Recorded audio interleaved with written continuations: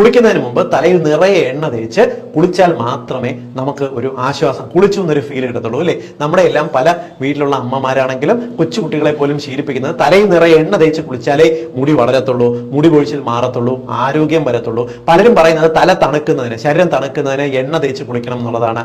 ചിലർ പറയുന്നത് എണ്ണ തേച്ചില്ല എന്നുണ്ടെങ്കിൽ കാഴ്ചയ്ക്ക് മങ്ങൽ വരെ ഫീൽ ചെയ്യും എന്നുള്ളതാണ്. യഥാർത്ഥത്തിൽ തലയിൽ എണ്ണ തേച്ച് കുളിക്കേണ്ടത് ആവശ്യമാണോ? അല്ല, വെറുതെ പറയുന്നതാണ്. നമ്മുടെ ശരീരത്തിൽ തലയോട്ടിക്ക് വേണ്ട ഒരു എണ്ണമയം നമ്മുടെ ശരീരത്തിൽ തന്നെ ഉണ്ടാകുന്നുണ്ട്. ശരീരത്തിൽ അതിന്റെ ആവശ്യമേ ഉള്ളൂ.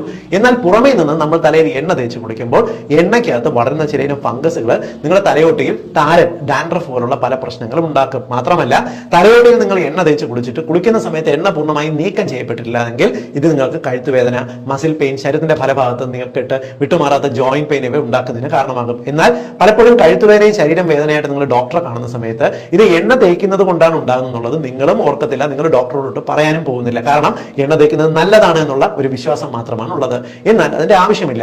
നിങ്ങൾക്ക് ഏതെങ്കിലും മരുന്നുകൾ മിക്സ് ചെയ്ത എണ്ണ ഡോക്ടർമാർ പറയുന്നത് നിശ്ചിത സമയം മാത്രം ഉപയോഗിക്കാം എന്നല്ലാതെ നിങ്ങൾ വെറുതെ വീട്ടിൽ കാച്ചുന്ന എണ്ണയെല്ലാം കുളിക്കുന്നതിന് മുമ്പ് വാരി തേച്ച് വെറുതെ അസുഖം പിടിപ്പിക്കാതിരിക്കുക. കൊച്ചുകുട്ടികൾക്ക് ഉണ്ടാകുന്ന വിട്ടുമാറാത്ത ജലദോഷം, തൊണ്ടവേദന, മൂക്കിടപ്പ്, അഡിനോയിഡ്സിന്റെ പ്രോബ്ലം, തുമ്മൽ, അലർജി എന്നിവയ്ക്കും തലയിൽ തേക്കുന്ന എണ്ണ ഒരു പ്രധാന വില്ലനായിട്ട് വരുന്നുണ്ട്. അതുകൊണ്ട് ഇത്തരം രോഗങ്ങളുള്ളവർ കഴിയുന്നത്ര എണ്ണ തേക്കാതിരിക്കുക. വെറും വെള്ളത്തിൽ കുളിച്ച് നന്നായിട്ട് കയറുന്നത് തന്നെയാണ് നല്ലത്. എണ്ണ തലയോട്ടിയിൽ തേക്കാൻ ആവശ്യമല്ല.